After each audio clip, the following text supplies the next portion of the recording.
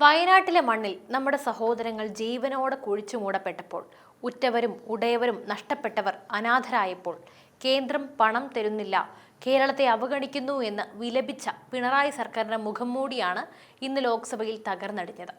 311 കോടി രൂപ, അതെ 311 പരം കോടി രൂപ ഭാരത സർക്കാർ കേരളത്തിനായി നീക്കിവെച്ച പണം, അത് കൈപ്പറ്റാൻ പോലും തയ്യാറാകാത്ത, അല്ലെങ്കിൽ ആ പണം വാങ്ങാൻ ആവശ്യമായ രേഖകൾ സമർപ്പിക്കാൻ മടിക്കുന്ന ഒരു ഭരണകൂടം ഇവിടെയുണ്ട്. ജനങ്ങൾ ദുരിതം അനുഭവിക്കുമ്പോൾ കേന്ദ്രത്തെ പ്രതിക്കൂട്ടിൽ നിർത്തി രാഷ്ട്രീയം കളിക്കുന്ന ഈ ക്രൂര വിനോദം ഇനിയെങ്കിലും നമ്മൾ തിരിച്ചറിയണം. നിർമ്മല സീതാരാമൻ പാർലമെന്റിൽ നിരത്തിയ ആ ഞെട്ടിക്കുന്ന കണക്കുകൾ വെറും അക്കങ്ങളല്ല, അത് പിണറായി സർക്കാരിന്റെ കെടുകാര്യസ്ഥതയുടെയും വഞ്ചനയുടെയും കൃത്യമായ രേഖകളാണ്. വികസനത്തിന്റെ കാര്യത്തിൽ മോദി സർക്കാർ കേരളത്തെ ചേർത്ത് പിടിക്കുമ്പോൾ ആ കൈ തട്ടി മാറ്റുന്നത് ആരാണ്? ഈ വീഡിയോ മുഴുവനായും കാണുക, സത്യം തിരിച്ചറിയുക. ലോക്സഭയിലെ ചോദ്യോത്തരവേള പതിവ് പോലെ കേരളത്തിൽ നിന്നുള്ള പ്രതിപക്ഷ എംപിമാർ UDF, LDF വ്യത്യാസമില്ലാതെ കേരളത്തിന് കേന്ദ്രം ഒന്നും നൽകുന്നില്ല എന്ന് മുറവിളി കൂട്ടുന്നു. വയനാട് പാക്കേജിനായി മുറവിളി കൂട്ടുന്നവർക്ക് മുന്നിലേക്കാണ് കേന്ദ്ര ധനമന്ത്രി നിർമ്മല സീതാരാമൻ ആ ബോംബ് ഷെൽ എറിഞ്ഞത്. കേന്ദ്ര സർക്കാർ കേരളത്തിനായി അനുവദിച്ച 311.95 കോടി രൂപ ഇതുവരെ സംസ്ഥാന സർക്കാർ കൈപ്പറ്റിയിട്ടില്ല. എന്തുകൊണ്ടാണ് ഈ തുക വാങ്ങാത്തത്? ഇതിന്റെ ഉത്തരം തേടിപ്പോകുമ്പോഴാണ് പിണറായി സർക്കാരിന്റെ ഭരണ പരാജയം നമുക്ക് ബോധ്യപ്പെടുന്നത്. കേന്ദ്രം പണം നൽകുന്നത് കൃത്യമായ മാനദണ്ഡങ്ങൾ പാലിച്ചാണ്.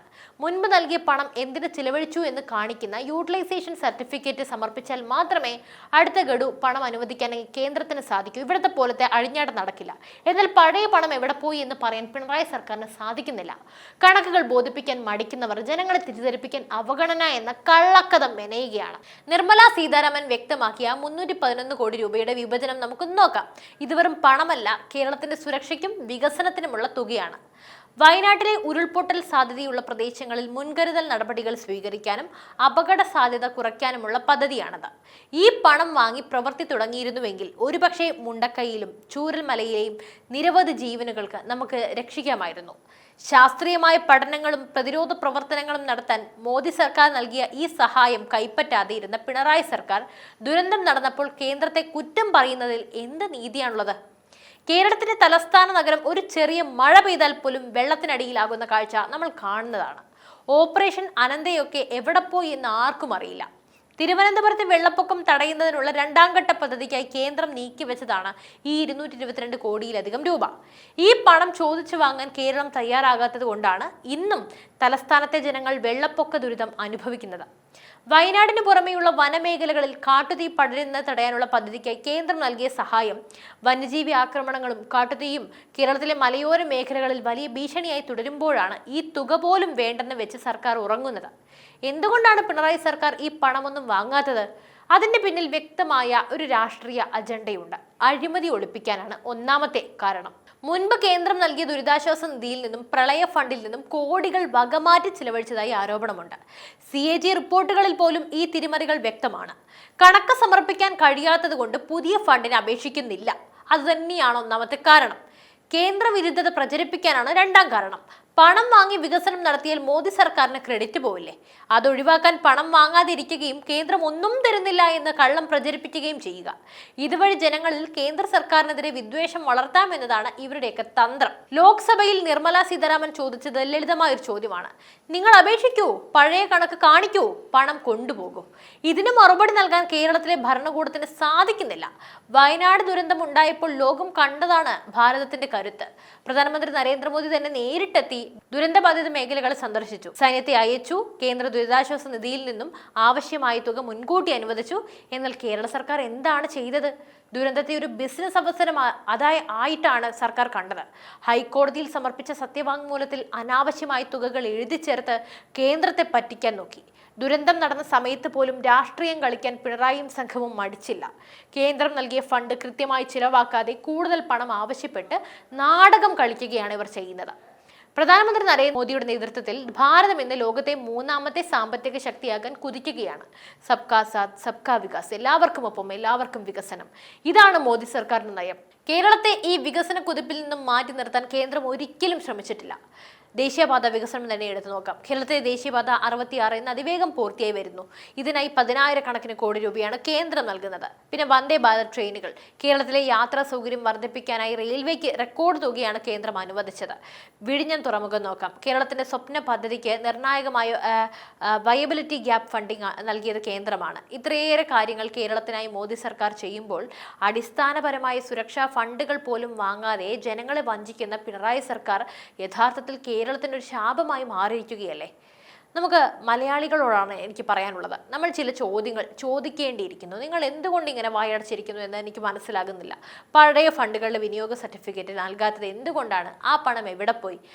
വയനാട്ടിലെ ജനങ്ങളുടെ സുരക്ഷയ്ക്കായി അനുവദിച്ച് 72 കോടി രൂപ വാങ്ങാത്തത് ക്രിമിനൽ കുറ്റമല്ലേ? തിരുവനന്തപുരത്തെ വെള്ളപ്പൊക്കം തടയാനായി കേന്ദ്രം നൽകി 222 കോടി രൂപ വേണ്ടെന്ന് വെക്കാൻ സർക്കാരിന് എന്ത് അവകാശമാണുള്ളത്? അത് നമുക്ക് അവകാശപ്പെട്ട തുകയല്ലേ? കേന്ദ്രം പണം നൽകുന്നില്ല എന്ന് പറയുന്ന മന്ത്രിമാരും എംപിമാരും എന്തിനാണ് ഇത്രയും വലിയ നുണ പ്രചരിപ്പിക്കുന്നത്? കേരളത്തിന്റെ സാമ്പത്തിക നില ഇന്ന് എത്ര അധപ്പതനത്തിലാണ്. നമുക്കൊന്നുമില്ല കയ്യിൽ. ഖജനാവെല്ലാം മാറാല പിടിച്ച് കിടക്കുന്നു. ശമ്പളവും പെൻഷനും നൽകാൻ പോലും കടം വാങ്ങേണ്ടി വരികയാണ്. എന്നാൽ കേന്ദ്രം തരുന്ന സൗജന്യ ഫണ്ടുകൾ വാങ്ങാൻ ഇവർക്ക് അഹംഭാവമല്ലേ? ഈ അഹങ്കാരം നമ്മളോടുള്ള വെല്ലുവിളിയല്ലേ? നിർമ്മല സീതാരാമൻ ലോക്സഭയിൽ തുറന്നു കാട്ടിയത് പിണറായി സർക്കാരിന്റെ യഥാർത്ഥ മുഖമാണ്. കേന്ദ്രത്തെ കുറ്റം പറഞ്ഞ് അധികാരത്തിൽ കടിച്ചു തൂങ്ങാൻ നോക്കുന്ന LDF കേരളത്തിന്റെ ഭാവി വെച്ച്, നമ്മുടെ ഭാവി വെച്ചാണ് പന്താടുന്നത്. ഭാരതം ലോകത്തിന് മുന്നിൽ തലയുയർത്തി നിൽക്കുമ്പോൾ കേരളം മാത്രം വികസന മുരടിപ്പിലും അഴിമതിയിലും മുങ്ങിത്താഴുന്നു. ഇനിയും കള്ളം പറഞ്ഞ് ജനങ്ങളെ പറ്റിക്കാൻ ഇവരെ അനുവദിക്കരുത്. കേന്ദ്ര സർക്കാർ തരാൻ തയ്യാറായ പണം വാങ്ങി ജനങ്ങളുടെ ജീവൻ സംരക്ഷിക്കാൻ പിണറായി സർക്കാർ തയ്യാറാകണം. നമ്മളിന്ന് കാണുന്ന ഈ രാഷ്ട്രീയ നാടകങ്ങൾക്കിടയിൽ ഒരു കാര്യം വിസ്മരിക്കരുത്. ഭാരതത്തെ ലോകത്തിന് നെറുകയിൽ എത്തിക്കാൻ അഹോരാത്രം പരിശ്രമിക്കുന്ന ഒരു വികസന നായകൻ നമുക്കുണ്ട്. അത് പിണറായി അല്ല, ഒരിക്കലുമല്ല. അങ്ങനെ തെറ്റിദ്ധരിക്കരുത്. അതാണ് നരേന്ദ്രമോദി. സബ്കാ സാത്ത് സബ്കാ വികാസ് സബ്കാ വിശ്വാസ് എന്ന മന്ത്രം വെറും വാക്കല്ലെന്ന് കഴിഞ്ഞ 10 വർഷത്തെ അദ്ദേഹത്തിന്റെ ഭരണം നമുക്ക് തെളിയിച്ചു കഴിഞ്ഞു. രാഷ്ട്രീയ ലാഭത്തിന് വേണ്ടി കേരളത്തിലെ ഭരണകൂടം വികസന പദ്ധതികളെ തടയുമ്പോഴും ഒരു തുള്ളി വിവേചനമില്ലാതെ കേരളത്തിലെ ഓരോ പൗരനും കേന്ദ്ര പദ്ധതികളിലെ ഗുണഫലം ലഭിക്കുന്നുണ്ടെന്ന് ഉറപ്പുവരുത്താൻ അദ്ദേഹം ശ്രമിക്കുന്നു. ദേശീയപാതകൾ മുതൽ വന്ദേ ഭാരത് ട്രെയിനുകൾ വരെ, ഡിജിറ്റൽ വിപ്ലവം മുതൽ സൗജന്യ വാക്സിനേഷൻ വരെ മോദി സർക്കാർ നടപ്പിലാക്കിയത് ഭാരതീയൻ എന്നൊരൊറ്റ വികാരത്തിലാണ്. വയനാട്ടിൽ ദുരന്തമുണ്ടായപ്പോൾ പ്രോട്ടോകോളുകൾ മാറ്റിവെച്ച് ഓടിയെത്തിയ പ്രധാനമന്ത്രിയെ നമ്മൾ കണ്ടു. അവിടെ അദ്ദേഹം രാഷ്ട്രീയം നോക്കിയിട്ടില്ല, മറിച്ച് തൻ്റെ ജനതയുടെ വേദനയാണ് അദ്ദേഹം കണ്ടത്. 311 കോടി രൂപ കേരളത്തിനായി കരുതി വെക്കുമ്പോൾ അദ്ദേഹം ലക്ഷ്യമിട്ടത് ഇവിടുത്തെ നമ്മുടെയൊക്കെ സുരക്ഷയാണ്. പണം വാങ്ങി പണിയെടുക്കാൻ മടിക്കുന്നവർ വികസന വിരോധികളായി മാറുമ്പോൾ ഭാരതത്തെ $5 ട്രില്യൺ സാമ്പത്തിക ശക്തിയാക്കാൻ മുന്നിൽ നിന്നും നയിക്കുന്ന മോദിയുടെ ദീർഘവീക്ഷണം നമ്മൾ ഓരോ മലയാളിയും തിരിച്ചറിയേണ്ടതുണ്ട്. തടസ്സങ്ങൾ പലതുണ്ടായാലും കേരളത്തിന്റെ മണ്ണിൽ വികസന താമര വിരിയുക തന്നെ ചെയ്യും. വിഭജനത്തിന്റെ രാഷ്ട്രീയമല്ല, വികസനത്തിന്റെ രാഷ്ട്രീയമാണ് ഭാരതത്തിന് വേണ്ടത്. ഈ സത്യം എല്ലാ മലയാളികളിലും എത്തിക്കുക. വികസനത്തിന് തടസ്സം നിൽക്കുന്നവരെ ജനം തിരിച്ചറിയുന്ന കാലം വിദൂരമല്ല. അപ്പോൾ ഈ വീഡിയോയെക്കുറിച്ചുള്ള നിങ്ങളുടെ അഭിപ്രായങ്ങൾ തീർച്ചയായും താഴെ കമന്റ് ചെയ്യുക. കേന്ദ്രവിരുദ്ധ പ്രചാരണങ്ങളുടെ സത്യാവസ്ഥ എല്ലാവരിലേക്കും എത്തിക്കാനായി ഈ വീഡിയോ പരമാവധി ഷെയർ ചെയ്യുക. കൂടുതൽ വാർത്തകൾക്കും വിശകലനങ്ങൾക്കുമായി നമ്മുടെ ചാനൽ സബ്സ്ക്രൈബ് ചെയ്യുക. മറ്റൊരു വിഷയമായി വീണ്ടും എത്തും വരെ നന്ദി.